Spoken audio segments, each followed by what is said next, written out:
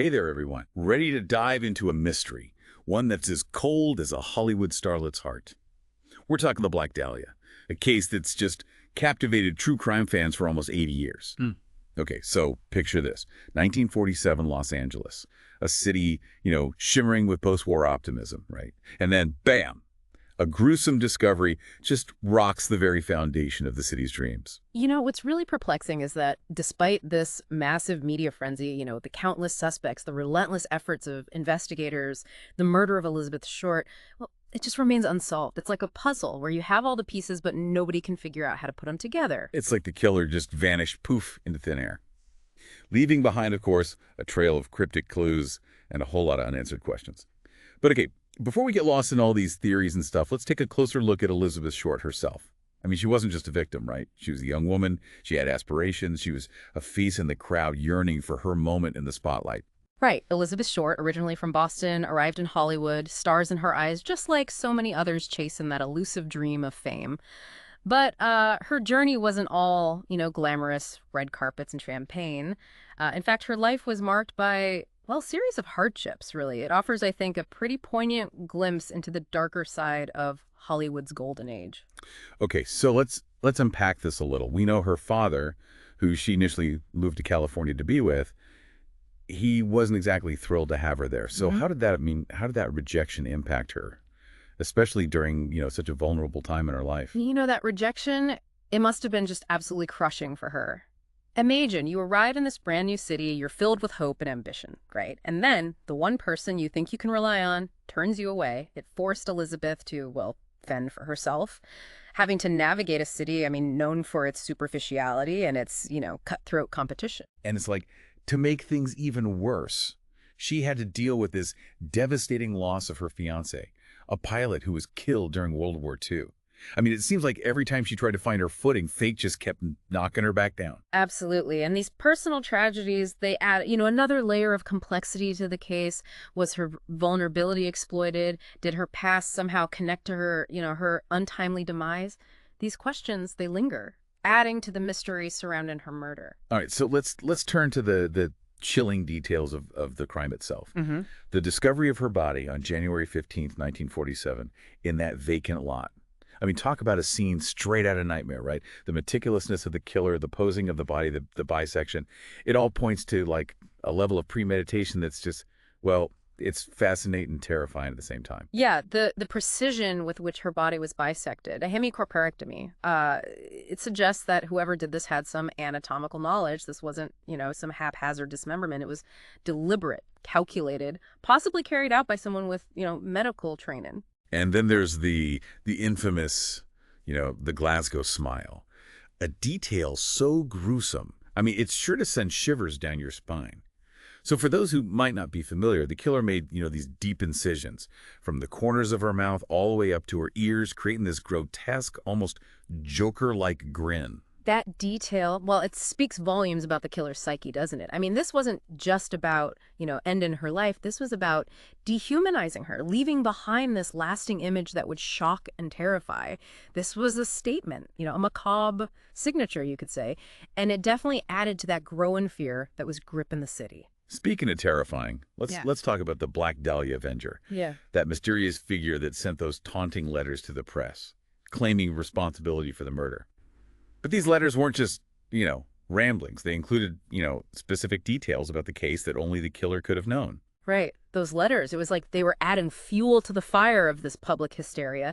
They provided this, this glimpse into the mind of a killer who seemed to, well, revel in the attention, someone who wanted to control the narrative, to play this cat and mouse game with the police and the public.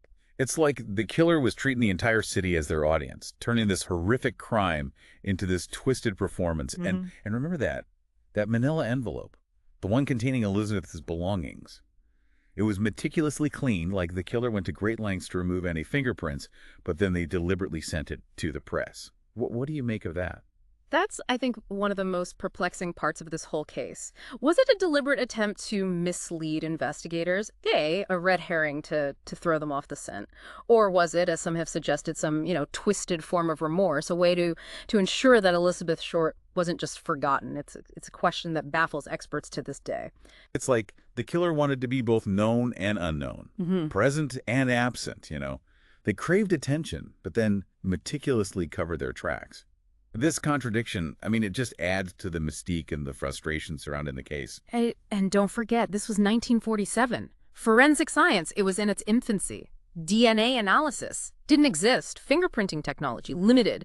Crime scene investigation, still developing as a field, really. So investigators were essentially trying to solve this complex puzzle with, like, half the pieces and limited tools. Exactly. And consider the media frenzy, the intense public interest, the constant speculation, the sheer volume of information, both accurate and inaccurate, just swirling around. It must have been completely overwhelmed for investigators, Yeah. creating like this fog that obscured any potential leads. Yeah, it's crazy to think, right, how different investigations would be today with all the technology we have.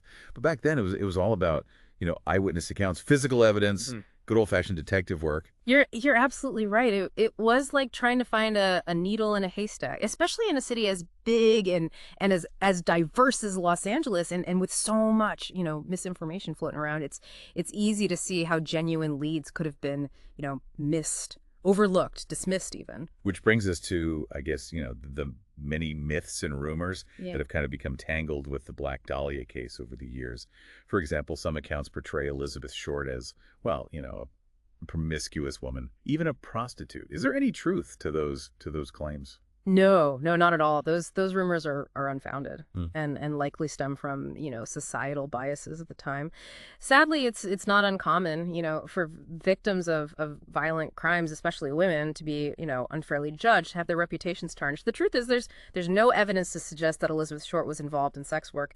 It's a reminder, I think, that even in true crime, it's crucial to be wary of sensationalism, to really focus on the facts, on the verifiable facts.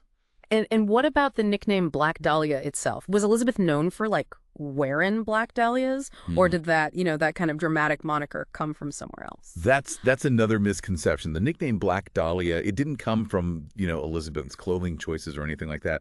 It was actually a play on the title of a popular film noir that was released around the same time, The Blue Dahlia. It seems the press, always looking for a catchy headline, they latched onto that connection, and the name, well, it just stuck. It's amazing, isn't it, how a seemingly insignificant detail, like a film title, can become so deeply intertwined with a real life tragedy, shaping public perception, adding to the mystique of the case. But okay, let's shift gears a little bit. Let's delve into the suspects. I mean, with so many theories floating around out there, Yeah. are there any individuals that kind of stand out as particularly compelling, or who had a strong motive?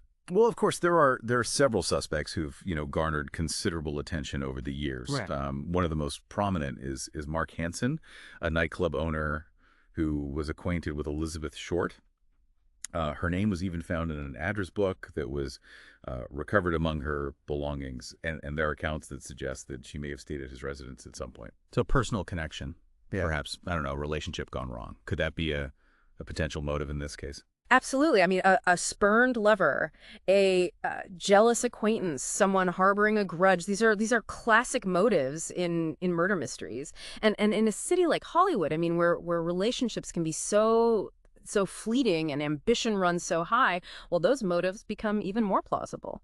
And what about George Hodel, Yep. the doctor whose own son accused him of the crime? I mean, that's a pretty shocking accusation to make against your own father. What led George Hodel's son to believe that he was involved? That's a question that has, fascinated true crime enthusiasts for years.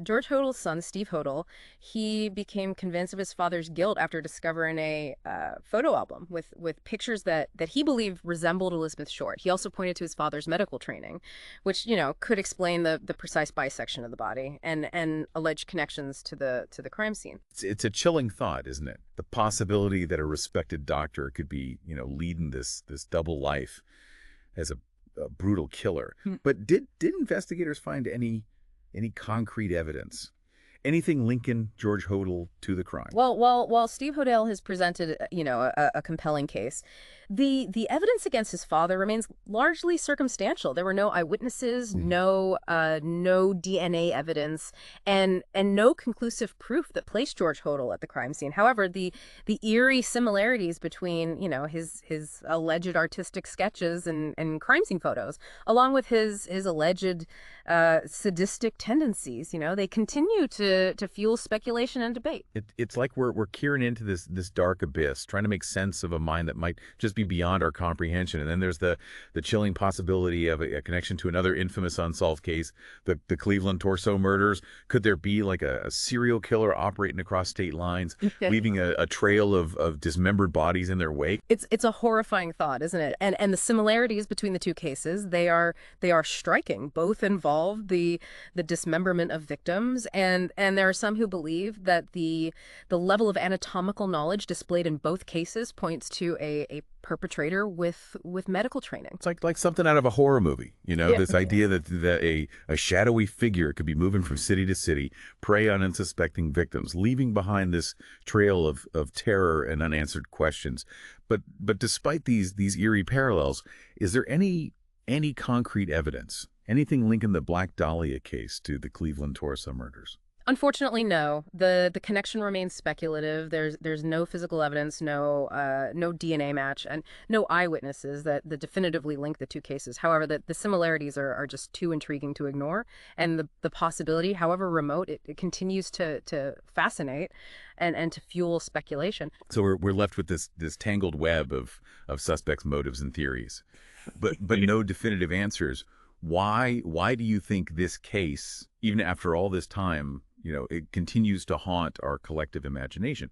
Why are we still so drawn to the mystery of the Black Dahlia? I think it's because the Black Dahlia case represents the ultimate unsolved puzzle. It's a story without a proper ending, and we as humans, I think we're hardwired to crave closure, to seek answers, to try and make sense of chaos. It's like a book with missing pages, and our minds can't help but try to fill in the blanks, to imagine what happened and why. We're drawn to the darkness, to the unknown, trying to understand the depths of human cruelty and the enduring power of mystery. It's like the case itself has become this blank canvas. And over the years, everyone, from seasoned detectives to amateur sleuths, they all try to paint their own interpretation of the truth, their own version of what happened to Elizabeth Short. Right, exactly. And in a way, that's what keeps the Black Dahlia case, alive. It's not just about finding the killer. It's about, I think, grappling with the unknown, confronting the darkness that exists, well, not only in the world, but within ourselves. It's like this stark reminder that sometimes, even in the pursuit of justice, some answers just remain elusive. But even without a definitive conclusion, I mean, there are still valuable takeaways from this case. What lessons can we learn from the Black Dahlia tragedy, even after all these years? I think one of the most important lessons is the need to be critical of the information we consume, especially, in this age of instant news and social media. The Black Dahlia case was heavily influenced by, sensationalized media coverage, which often prioritized, those dramatic headlines over factual accuracy. It's a reminder that we should always try to separate fact from fiction, to question our assumptions, and to approach true crime with a discerning eye. It's like a cautionary tale, about the power of narratives, how easily they can be manipulated, and how crucial it is to be, informed and discerning consumers of information. Yeah. And what about the victims? I mean, cases like this, they often become so focused on the killer, on the mystery, that we sometimes forget about the human cost. Yeah. The life that was, so brutally cut short. You're absolutely right. It's crucial to remember that behind every true crime case, there's a real person, a life filled with dreams, with aspirations, with connections that were, well, tragically severed. Elizabeth Short, despite the passage of time, she deserves to be remembered, not just as a victim, but as an individual, a young woman whose life was cut short far too soon. It's like a call to action, almost, a reminder to humanize the victims,